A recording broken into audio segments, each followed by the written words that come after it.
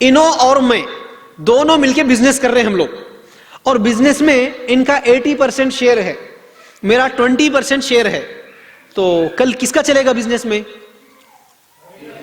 ये mobile phone वाले का चलेगा ना। क्यों? इनका 80% शेयर है तो इनका चलेगा। ईमानदारी से बताओ, आज जितनी शादियां हो रही, शादी में पलंग कौन ला रहे जी? बच्ची वाले। फर्नीचर कौन ला रहे? पल्सर गाड़ी कौन ला रहे? आपके 200-300 मेहमानों को शादी का खाना कौन खिला रहे? आपको 5 लाख रुपए जोड़ी की रकम कौन दे रहे? कौन दे रहे भाई? 5 तोले सोना कौन दे रहे? वलीमा करने के लिए 2 लाख कौन दे रहे? शादी का जोड़ा कौन दे रहे आपको? बच्ची वाले ना। तो अब शादी में इन्वेस्टमेंट किसका था ज्यादा? हाँ, बच्ची वालों का था ना।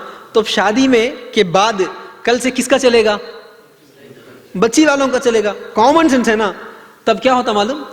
अपनी माँ प्रॉब्लम करती आके, अपनी माएं नहीं देखते आज बच्चा बिगड़ गया, बच्चा बदल गया, आपा जोरू का गुलाम बन गया, उन्हें हमारी बात ही नहीं सुन रहा। शादी से पहले अच्छा था, मेरी बात सुनता था, अम्मी अम्मी बोल के मेरे पीछे फिरता था। शादी हो गई, उन्हें क्या दवा पड़ी, क्या मंत्र डाली नहीं मालूम, लेकिन उसका छो गया। सुनते नहीं सुनते, कुछ भी मंत्र नहीं डाली भाई। इन्वेस्टमेंट उसका है, उसका प्रोडक्ट है ना। उन्हें जैसा बोली वैसा चलेगा। देखो, मैं इन्वेस्टमेंट करके खरीदा, किसका प्रोडक्ट है? मेरा। मैं जैसा चाहे वैसे ऑपरेट करूंगा ना। तुम्हारा चलता है इसमें नहीं। तुम्हारा चलना तो तुम क्या करना? तुम इन्वेस्टमेंट करके ले लो मेरे पास से, तुम चला लो।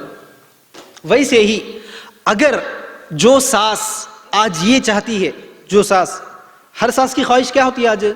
कि आने वाली बहू मेरी इज्जत करे, है ना। आने वाली बहू मेरी खिदमत करे, आने वाली बहू मेरा एहतराम करे। हर सास की ये ख्वाहिश होती। तो वो सास क्या करना मालूम? उस बहू को 0 बजट पर लाना। 0 बजट बोले तो उस बहू के बाप पर सिंगल 1 रुपये का भी खर्चा हुए बगैर शादी करके लाना। समझ में आ रहा क्या? उस बहू के बाप का सिंगल 1 रुपये का भी खर्चा नहीं होना।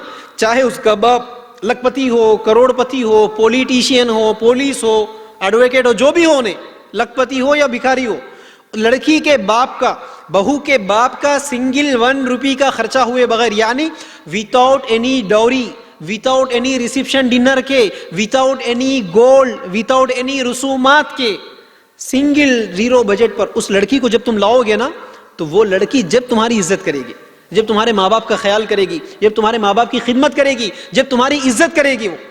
वरना याद रखो, याद रखो, वो औरत क्या भूल जाती? वो कैसे भूल जाएगी?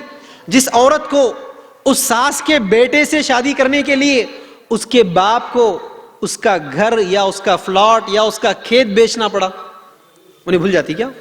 उस औरत को आपके बेटे से शादी करने के लिए उसके भाई को 5 लाख रुपए खर्चा लाना पड़ा। वो खाली नहीं आए ना आपके घर पे, उसके बाप को 5 लाख रुपए खर्चा करना पड़ा था। उसके भाइयों को घर कारोबार बेचना पड़ा, उसके माँ को उसका सोना बेच के उसकी बच्ची का शादी करना पड़ा, तब जाकर वो बच्ची आपके घर पे आ गई। उन्हें भूल जाती है वो पूरी चीजें, उसको याद नहीं रहता। उसकी शादी के वक्त उसके माँ बाप को कितनी तकलीफ हुई, उसकी शादी के वक्त उसके माँ बाप का कितना खर्चा आपने करवाया, याद नहीं रहता उसको। वो बदला नहीं लेती, आने के बाद 100% बदला लेती। उसी का रिजल्ट आप देख रहे हैं आज। तो क्या पता चला?